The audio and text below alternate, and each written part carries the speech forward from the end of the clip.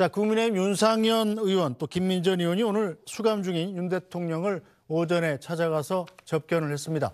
이 권영세 비대위원장 또 권성동 원내대표에 이어서 두 번째 접견인 건데요. 윤 대통령을 만나서 어떤 이야기 나눴는지 들어보시겠습니다.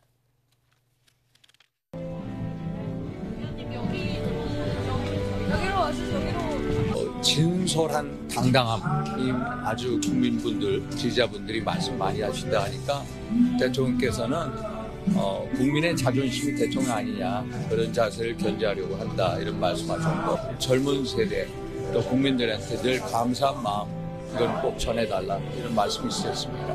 민주당이나 이제 좌파는 강력하게 카르텔 형사하고 집요하게 싸우지 않냐. 우리는 모래알이 돼서는 안 된다. 좀 더 지금은 자민체제 위기 아니냐. 그래서 좀 더 강력한 이런 자세, 견지가 중요한 게 아니냐. 이런 식의 어떤 우회적인 말씀도 있었습니다. 헌법재판소에 나가보시니까 야 이제서야 좀 알겠다. 이런 식으로 너무 곡해가 돼 있구나. 그래서 헌법재판소 나간 것을 그래도 잘한 결정이 아닌가 이런 생각을 가지고 계신 것 같습니다. 저한테 오신 분들에서 한 3, 40명 정도 현재 저한테 말씀 오신 분들은 그렇습니다. 네, 뭐 참고로 말씀드리면 좀 질문이 있었는데 우리의 사랑이 필요한 고조라는 음악은 현장에서 나오는 겁니다. 그렇죠. 아마 그 옆에서 집회하시는 분들이 부르시는 것 같은데 저희가 일부러 넣은 게 아닙니다. 네. 자, 권영진 의원님, 일단 대통령과 윤상현, 김민전 두 의원과의 대화에서 대통령의 메시지는 지금 현재 군평성에 대한 우려 그리고 또 2030 청년들에 대한 응원 이런 것들이 있었습니다. 의원들과의 접견을 통해서 대통령이 옥중 정치에 나서는 것 아니냐 뭐 이런 분석도 있더군요. 대통령도 뭐 탄핵을 당해서 지금 직무정지가 된 분 아닙니까?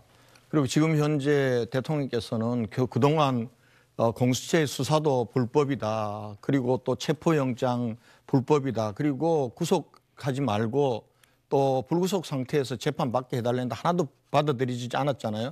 그러면서 지금 대통령께서 하실 수 있는 것은 국민들에게 왜 계엄을 했는지에서 진솔하게 말씀드리고 또 그 맥락에서 당신 얘기를 하고 싶은 건 저는 당연하다고 봅니다. 그걸 뭐 옥중 정치한다고 대통령한테 굉장히 비판하는 분들도 계시던데요. 네. 그건 국민들이 판단하실 겁니다. 만약에 국민들이 대통령이 저렇게 공수처 수사 안 받으시고 또 지금 이렇게 옥중 정치한다라고 하시는데 대통령에 대한 지지도는 계속 올라가거든요.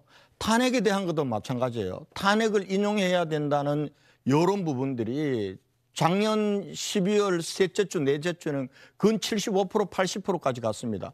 최근 지금 1월 달에 들어서요. 모든 조사에서 50% 됩니다. 인용이.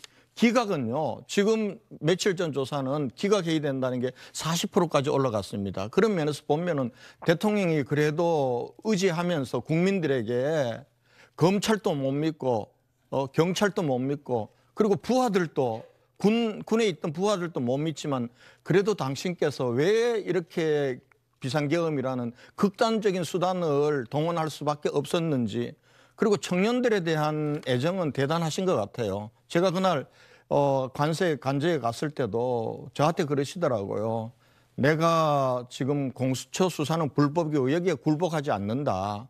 그러나 내가 여기서 공수처의 체포영장에 응하지 않으면은 경찰들도 우리 청년이고 그리고 경호처도 우리 청년인데 우리 청년들끼리 무력 충돌이 일어나서 유혈 사태가 오는 거는 막아야 된다. 그래서 내가 내 발로 체포영장 집행에 응하기로 그렇게 했다 그러면 저한테 오히려 미안하다고 말씀을 하셨거든요. 그런 면에서 대통령 계엄에 대해서는 뭐 찬성하는 사람도 있고 반대하는 사람도 있고 그걸 내란이라고 몰아가는 사람도 있고 오직 했으면은 계엄이란 걸 했겠냐라고 하는 사람도 있습니다. 그러나 대통령이 또 청년들에 대한 메시지 내는 부분들은 또 그대로 받아들여주면 된다. 네. 그렇게 생각합니다. 네, 한민수 의원. 일단 대통령과 국민의힘에 대한 지지도가 생각보다 좀 많이 올라가고 있는 거예요. 구체적인 뭐 수치를 얘기하면 법정 고지문을 읽어야 되기 때문에 언급 많겠습니다만 추세적으로 올라가는 게 사실이지 않습니까? 민주당에서는 거기에 대한 의기감 같은 건 없나요? 일단 좀 전에 그 화면을 보면서 저는 그 두 국민의힘 의원 모습을 보면서 윤석열 대통령이 어떤 뭐 군부 독재의 시절에 민주화 운동을 하다가 투옥된 사람으로 혹시나 우리 국민들 오해하실까 봐 전혀 사실이 다르다는 말씀을 드리겠습니다.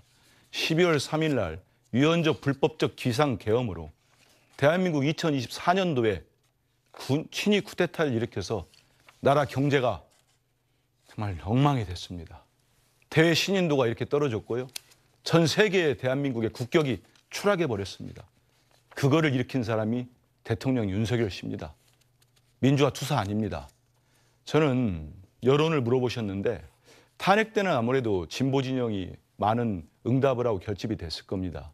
그리고 지금은 저렇게 매일 대통령이라는 사람과 국민의힘 의원들이 국민을 갈라치고 선동을 하니 보수 진영의 결집이 있는 건 맞는 것 같습니다. 하지만 명확히 보십시오. 제가 숫자는 얘기 안 하더라도 우리 국민들, 합리적인 중도분들, 성향을 밝히신 분들은 큰 변화가 없습니다.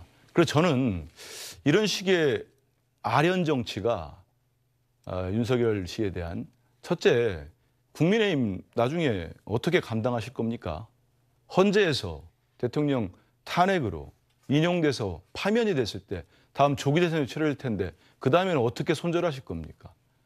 제가 뭐 다른 당입니다만 걱정보다는 국민들 보실 때 그 어떻게 아니라고 한 다음에 선거 치를 거예요. 그게 참 걱정도 되고 아주 엉뚱한 짓을 하고 네. 있다는 생각이 되고 두 번째 이건 좀 네. 짚어야 돼요. 저는 윤석열 씨 정말 나쁜 대통령이라고 생각합니다. 여기서 뭐라고 합니까? 우리는 모리알이 돼서는 안 된다. 민주당 또 공격하면서 또 뭉치라는 얘기예요. 본인이 그렇게 죄가 없다면 헌법재판소와 사법재판을 그냥 기다리십시오. 평생을 법을 집행한 사람 아닙니까? 그게 국민에 대한 일말의 양심이지 그렇게 젊은 사람들 유하는 척하고 그러면 이번에 서부지법에 폭동해가지고 구속된 사람들 윤석열 씨가 그 인생 책임질 겁니까? 저는 이런 태도야말로 우리 국민들에 대한 20대 대통령으로서 마지막 남은 양심도 없다. 더 이상 이렇게 네. 국민들 선동하지 말고 그냥 차분하게 기다리세요. 네. 헌재에서 정말 각하시키거나 죄가 없다고 하면은 그때 가서 일하십시오. 알겠습니다. 자, 그럼 시간이 얼마 안 남아서 민주당 소식 잠깐 짚어봐야 되겠군요.